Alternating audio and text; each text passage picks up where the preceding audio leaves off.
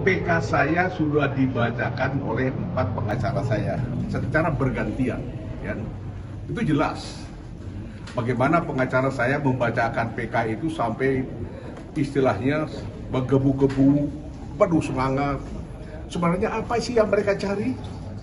Dan PK ini hanya satu, untuk mendapatkan keadilan dan kebenaran dalam sidang ini. Maka dia semangat dan bergebu. Saya apresiasi mereka semua itu semua. Nah, kita sudah mendengar, termasuk tadi juga dibacakan masalah hukum. Alasan saya mengajukan PK ini karena pertama ada bukti-bukti hukum baru. 8 hukum yang ditemukan oleh anak saya yang tadi sudah bicarakan. Yang kedua adalah saya melihat, mendengar, ya, dan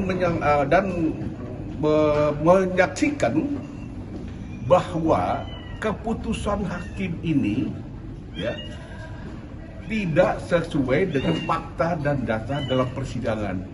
Disinilah saya katakan adanya kekeliruan dan kehikapan dari hakim dalam mengambil keputusan. Karena keputusan apa? Tidak berdasarkan pada data-data dan hukum dan yang berlaku. Itu banyak syarat seperti itu.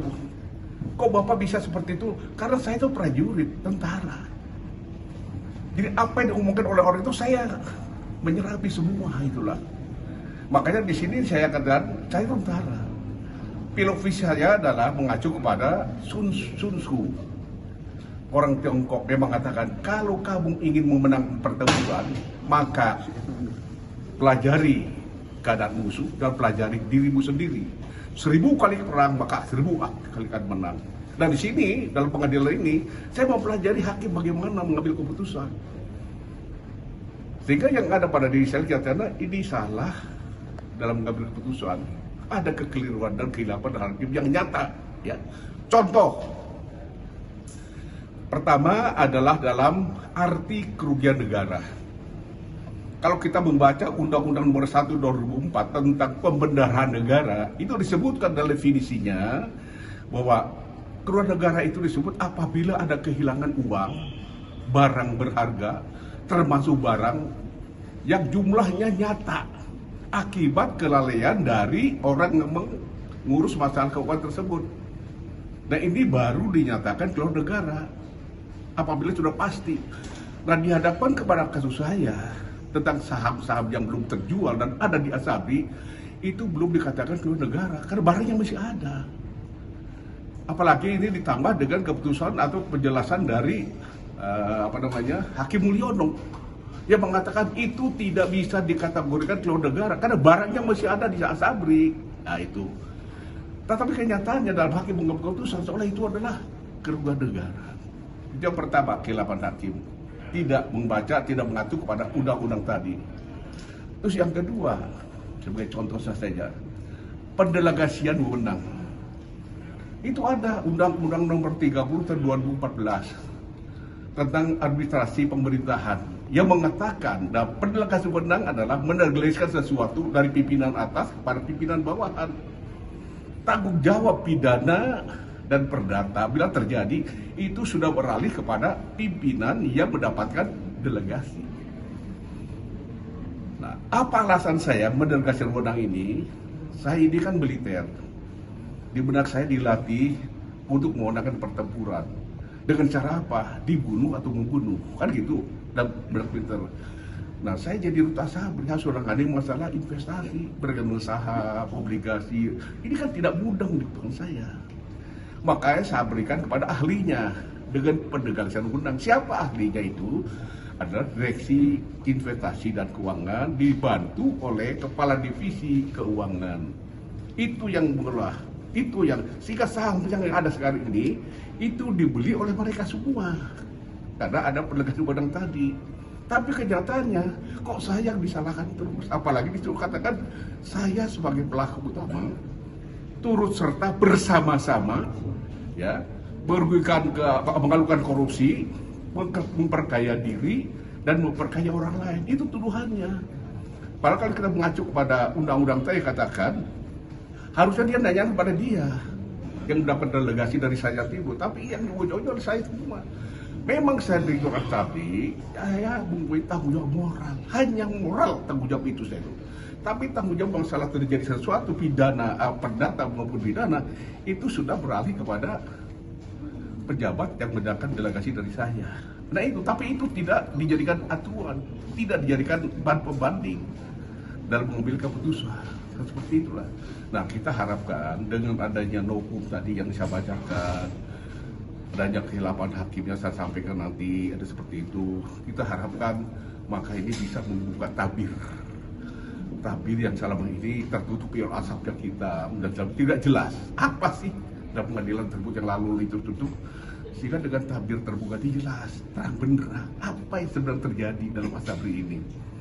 Mudah-mudahan seperti katakan tadi lah ya, hakim ini akan menerima dan mencermati kembali masalah pertimbangan hakim, hukum-hukum yang berlaku, sehingga akan terjadi terang benderang, seterang bersinarnya matahari pagi di ufuk barat, ulangi di ufuk timur.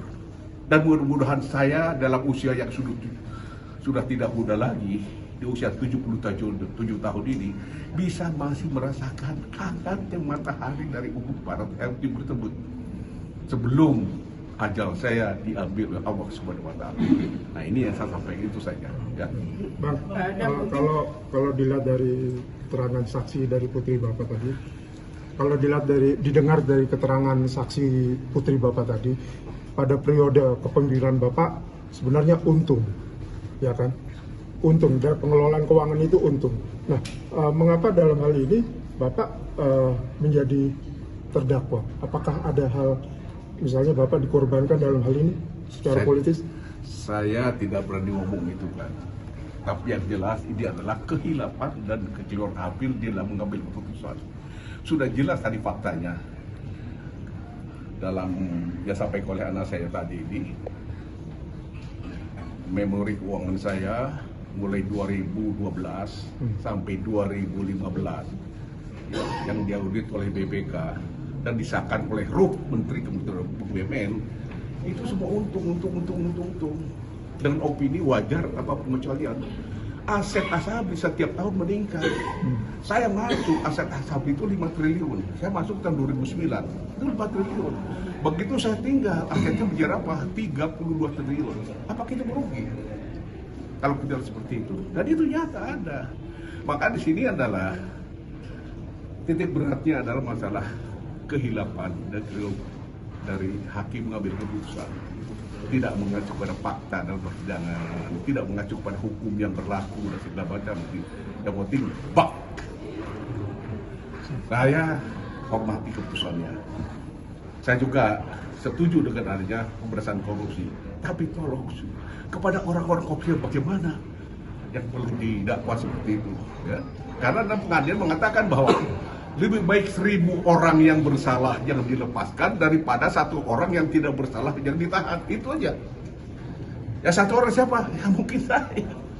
Ya, lebih baik yang 1000 orang bersalah dilepas daripada menahan 1 orang yang tidak bersalah. Itulah. Ya kira itu aja ya. Pak Adam berarti Pak Adam mempertegas saja. Merasa dikambing hitamkan nggak sih Pak? Ya mungkin seperti itu. Ya. Saya tidak menyalahkan orang lain. Situasi keadaannya seperti itu. Ya. Saya terima aja. Ini sudah takdir dan resiko saya. Ya, saya menyebut Allah yang mengetahui. Mudah-mudahan dalam persidangan ini tabir terbuka semua, ada terang benderang, ya, tentang kebenaran dan keadilan yang hakiki. Itu aja. Ya. Di penghujung usia saya yang sudah lanjut, yang bukan tua, tidak muda lagi. Ya. Semoga dengan hasil ini nanti saya masih bisa menikmati sisa hidup saya. Itu aja. Untuk saksi hari ini pertanyaan pertama tadi kan belum dijawab.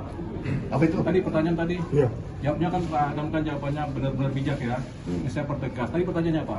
Ya, ya itu tadi menjadi dikorbankan. Dikorbankan. Iya. Patut diduga. Ya, patut diduga mereka menduga Pak Adam dikorbankan. Jadi memang kalau saya pribadi patut diduga Pak Adam Damir ini dikorbankan oleh pihak-pihak lain yang berada di luar sana. Satu, patut diduga. Kepentingannya apa? Kepentingannya Ada unsur politis atau Ada unsur politis, ada unsur kepentingan kebijakan di pemerintahan pada saat itu, dan ada mungkin kepentingan menyelamatkan seseorang atau dua orang di wilayah sana. Bang, kamera bang. Ya, Oke. Satu tambahan lagi ya. Dalam persidangan pertama itu dihadirkan saksi ahli dari BPK. Yang menghadirkan bukan saya, yang menghadirkan jaksa penuntut umum. Dia menjelaskan tentang kerugian negara yang 22 triliun tersebut. Bla bla bla bla bla bla, endingnya 22 triliun. Itu mulai 2012 sampai 2019. Itu sama pukul rata. Kemudian saya minta kepada ahli, tolong Pak dipisahkan. 2012 sampai 2019 itu ada 2 kepemimpinan. Saya mulai 2012 sampai 2015. Kemudian dilanjutkan dengan Pak Soni sampai 2019. Tolong dipisahkan zaman saya berapa dan zaman Pak Soni berapa. Saksi mengatakan saya bisa, tapi mohon waktu 3 hari. Setelah 3 hari datang beliau dalam persidangan mencatatkan. Setelah saya rinci, zaman Pak Adam itu hanya 2,6 triliun. Berarti zaman Pak Soni berapa? Berapa? 17. Enggak, dari 22 saya 2,6. 15. Berarti 20. Ya, 20 triliun, oke. Jelaskan juga ahli bahwa selama Pak Adam tidak ada gratifikasi, aliran dana tidak ada. Itu dijelaskan seperti itu. Nah ini harusnya kan ada bahan pertimbangan hakim. 2,6 dengan 20 triliun. Saya tidak ada gravitasi, pengganti saya ada 54 miliar. Tapi dalam keputusan kenapa? Pukul rata 20. Di mana sekarang rasa keadilannya itu? Ya mungkin dari tadi ada unsur-unsur tertentu yang sampai kalau itu ini. Gimana keadilan seperti itu? Ini kan kehilapan dan kekeliruan hakim mengambil keputusan tidak berdasarkan fakta-fakta yang ada. Yang mengajukan bukan siapa-siapa, saksi ahli BPK. Yang menghadirkan bukan saya, yang menghadirkan adalah jaksa penuntut umum.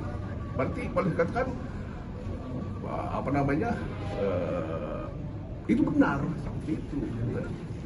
Oke. Ya. kambing hitam. Di kambing hitam kan? Kambing itu ada putih, ada kuning, ada merah. Kambing tetap kambing, jadi begitu. Cuman ya kambing hitam mungkin iya. Gitu. Dan Damiri dikambing hitamkan oleh pemerintah masa lalu, oleh atau diduga ya oleh pemerintah masa lalu atau pejabat masa lalu atau mereka-mereka yang sebenarnya bermain tapi menyeret-nyeret Pak Adam Damiri. Jadi makanya kita coba clearkan supaya di sini dijitra siapa berbuat apa. Saya tidak dendam dan tidak marah kepada orang menjolimi saya. Saya serahkan pada yang di atas. Semuanya itulah. Ya. Dan sudah saya, kalau memang itu dia bersalah, dia jauhnya sudah saya maafkan. Kalau memang dia bersalah, maka saya serahkan pada yang di atas saja lah. Terima kasih ya. Terima kasih banyak. Terima kasih.